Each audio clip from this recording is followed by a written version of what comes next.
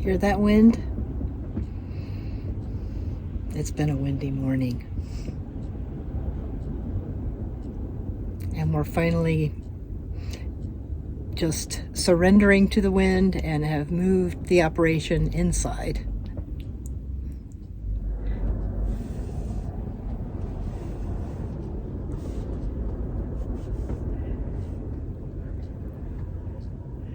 Oh, do I have a story to tell you today.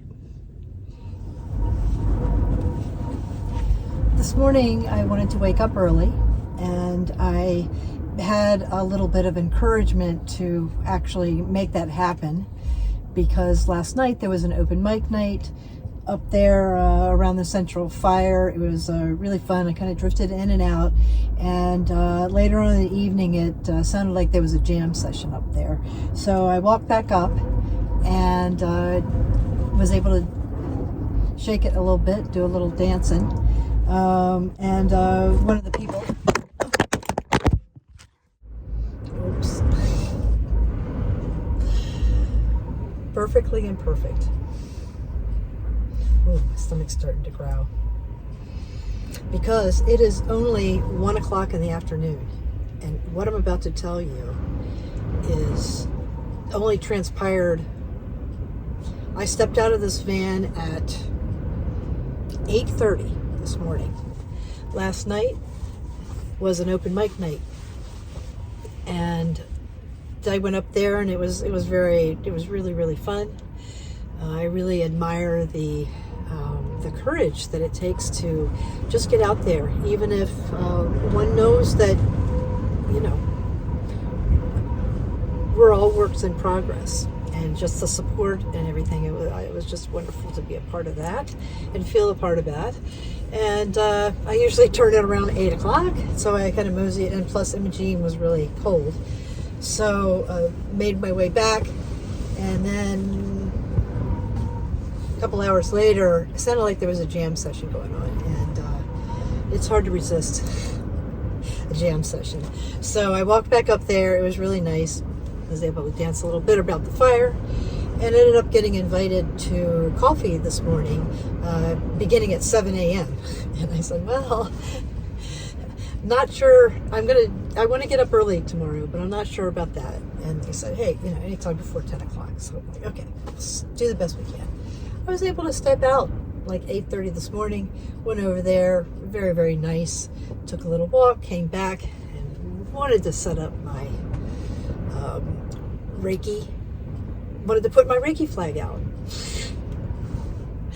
And that's really what I wanted to do. I've been gifted, it's just been nice here, and people are just sharing who they are, and I'm finally just going to put out my Reiki flag and do it.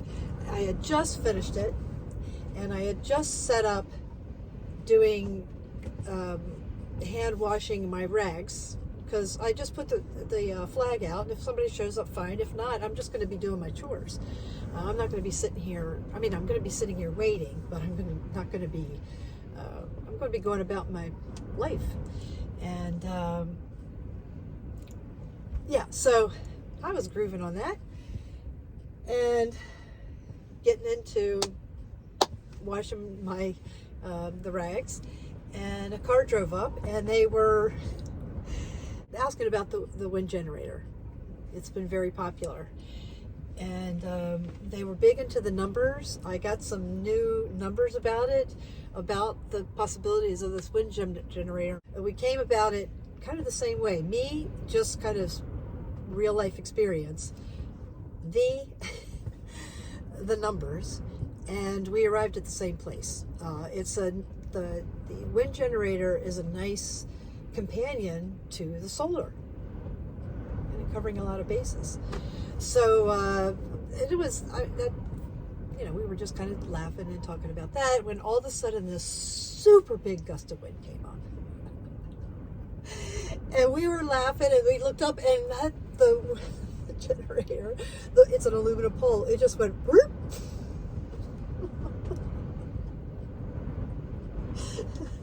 It's kind of like ruh-roh.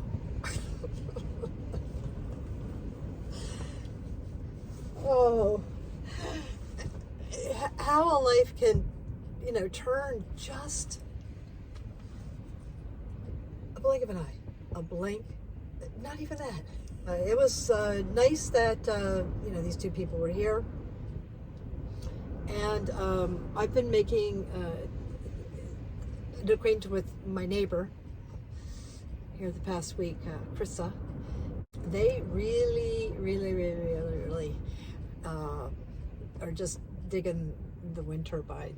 And I don't know where they were when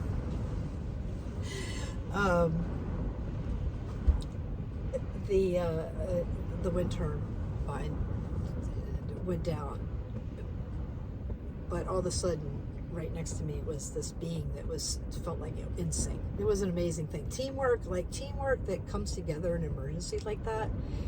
We just clicked and we got that thing up, down, and all that. And the other two people, they meanwhile are brainstorming about how it can be fixed and all that other stuff. So we're on it. This is an amazing place out here. The right people were right there when this happened. And I am really kind of sitting alone in this big space. I don't know what it is. It's a circle of love. I want to tell everybody that.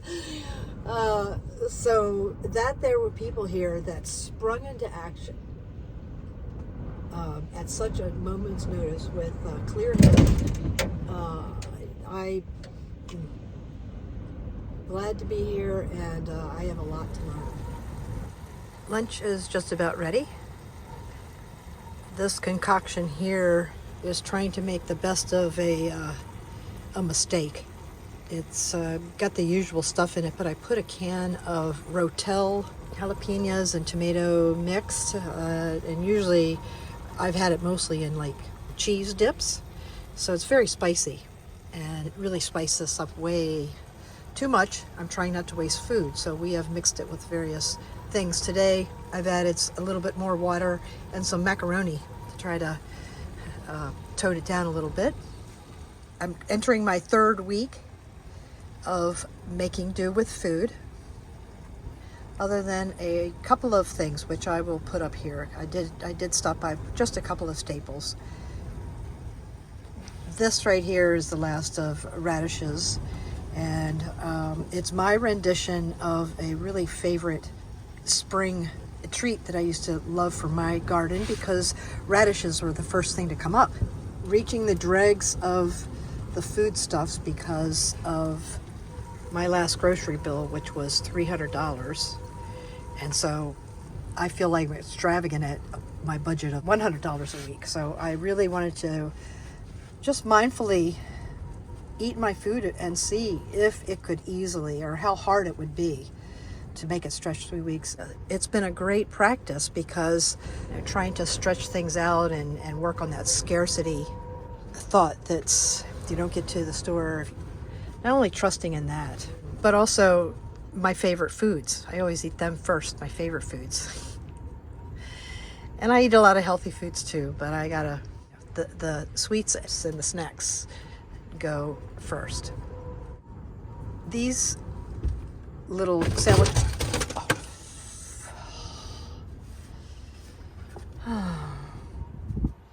that's it.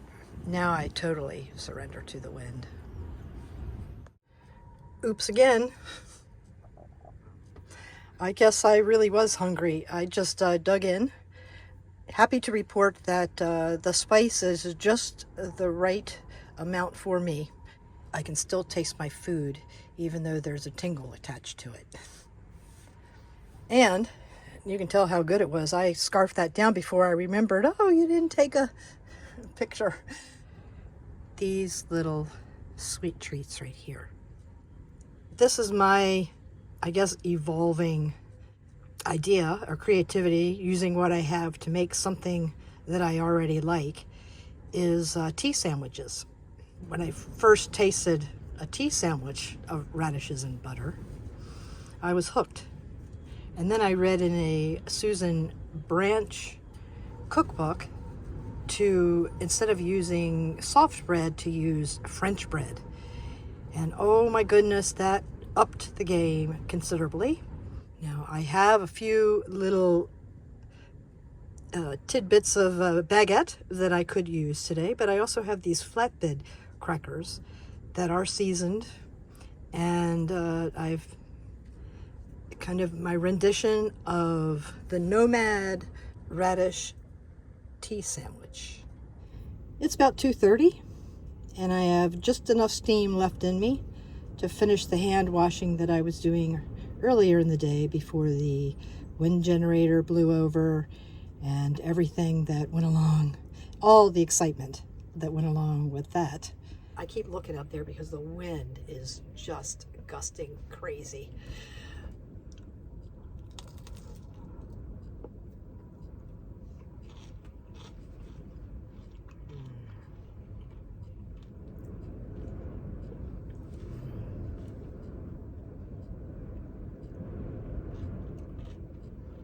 Yeah. Like Imogene is waiting to hone in. I kind of manifested out of not much, using what I had. And thinking about, in addition to the economic factor of the food, it cost me more. I was surprised when I went the last time. Also, it has sharpened my focus on scarcity. Yeah, about, not having enough food. What's up with that? Kind of went down a little path about that. You know what I just realized? I just realized that today's subject revolves around scarcity.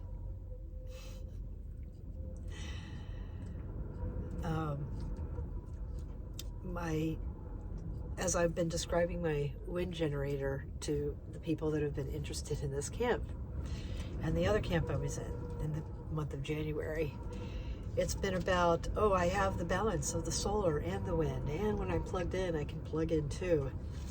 And what's underneath that is what? I was viewing it myself as I'm doing a little bit, covering all the bases, and I'm still feeling good about that.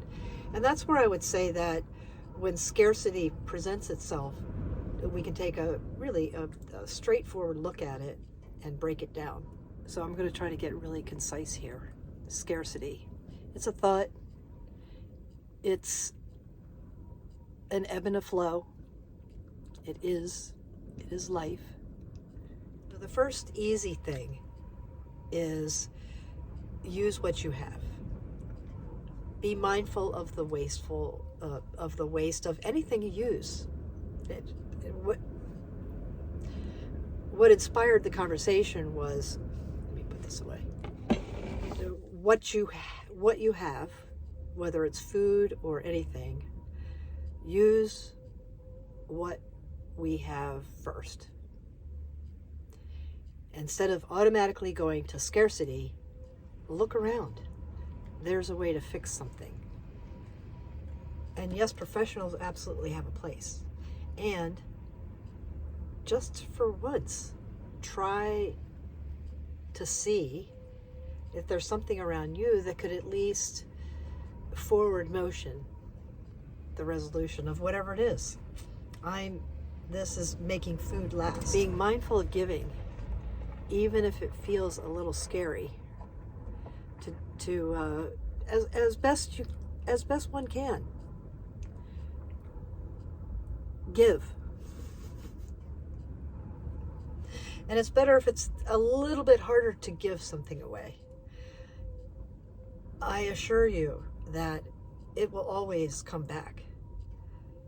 And not necessarily the same person. We got to think bigger than that. Life sees, you're giving. Giving and receiving.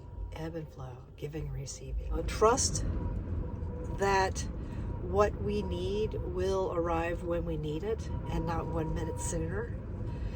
As an example of this, I loaned my tent to a camper here because they were getting some inside work on their van and they've been storing things in my tent. And it's been great, especially with all this wind, right? I stopped by there and just to see how things were going. And she said, oh my gosh, it's working so good and all. And she said, hey, I just want to tell you that I uncovered tea. Would you like some tea?